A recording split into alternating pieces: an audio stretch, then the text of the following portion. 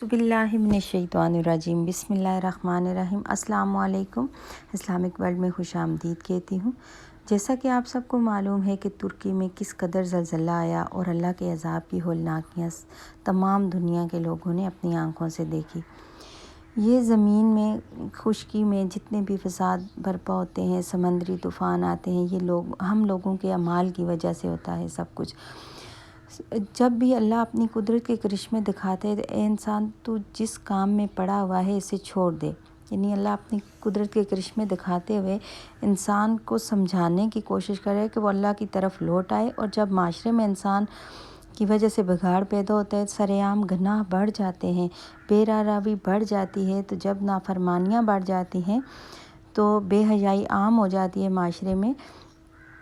तो हज़रत आयशा रज़ी अल्लाह तआला अन्हा से मरवी है कि हज़ूर पाक सल्लल्लाहु अलैहि वसल्लम ने फरमाया कि मेरी उम्मत के आखिरी दौर में ऐसा अज़ाब आएगा कि लोग ज़मीन में धंसा दिए जाएंगे और उन पर अल्लाह ताला उन पर पत्थरों के अज़ाब नाज़िल कर देगा, नाउज़ बिल्लाह, और उनकी शक्लें बदल दी जाएंगी।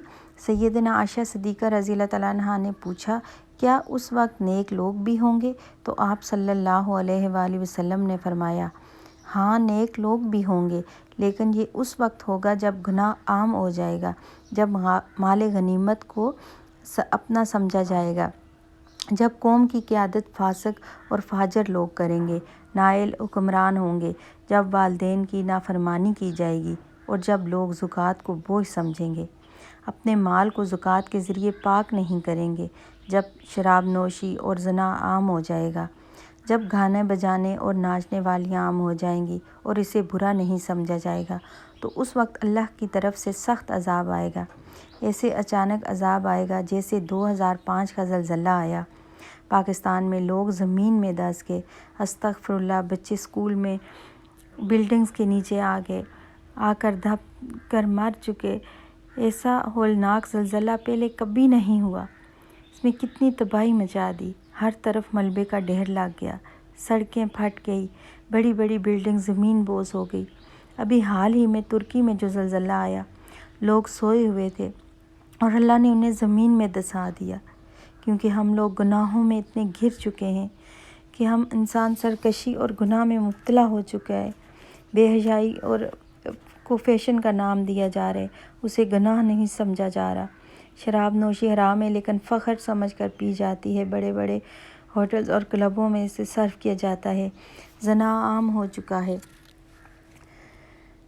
तो अमीर लोग जो ज़कात नहीं देते, टैक्स नहीं अदा करते, वालिदैन की नाफरमानी आम हो चुकी है। तो नबी पाक सल्लल्लाहु अलैहि वसल्लम ने फरमाया, ये गुनाह जब माशरे में आम हो जाएगा और लोग इसको बुरा नहीं समझेंगे, तो फिर अल्लाह की तरफ से सख्त अज़ाब नाज़िल होगा और शदीद ज़लज़ले आएंगे। अल्लाह हमें इन झटकों के ज़रिए हमें एहसास दिलाना चाहता है कि हम क़यामत आने से पहले और अपनी आँखें बंद होने से पहले अपने गुनाहों पर नादम हों और सच्चे दिल से तौबा इस्तग़फ़ार कर लें और इन गुनाहों से तौबा इस्तग़फ़ार करें। बेशक अल्लाह माफ़ करने वाला है, बड़ा मेहरबान है, रहमान है, रहीम है, वो तौबा को पसंद करता है। अगर कोई नौजवान इंसान अल्लाह की तरफ आता है, तौबा करता है, तो अल्लाह खुश होकर अपने फ़रिश्तों से कहता है, ये देखो मेरा बंदा मेरी तरफ लौट आया है, मुझसे माफ़ी मांग रहा है। अल्लाह उसे माफ़ कर देता है।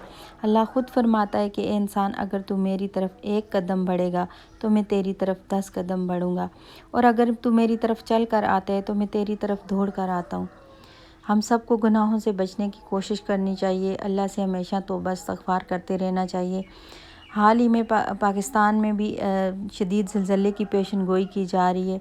कतई नज़र इसके कि पेशन गोई सही है या गलत, हमें अपने गुनाहों पर अल्लाह ताला के सामने रोने धोने, माफ़ी मांगने और इस मसनून दुआ को से अपने विर्द में शामिल करें। दुआ ये है, बिस्मिल्लाहिर्रहमानिर्रहीम, अल्लाहुम्मा इन्नी औज़ु बिका मिनल तरद्दी वल हदमी वल गर्की वल हरीक, औज़ु बिका अन यतहब्बतनी शैतानु हिंदल मौता वाउज़ु बिका अन अमूता फ़ी सबीलिका मुदबिरा वाउज़ु बिका अन अमूता लदीगा।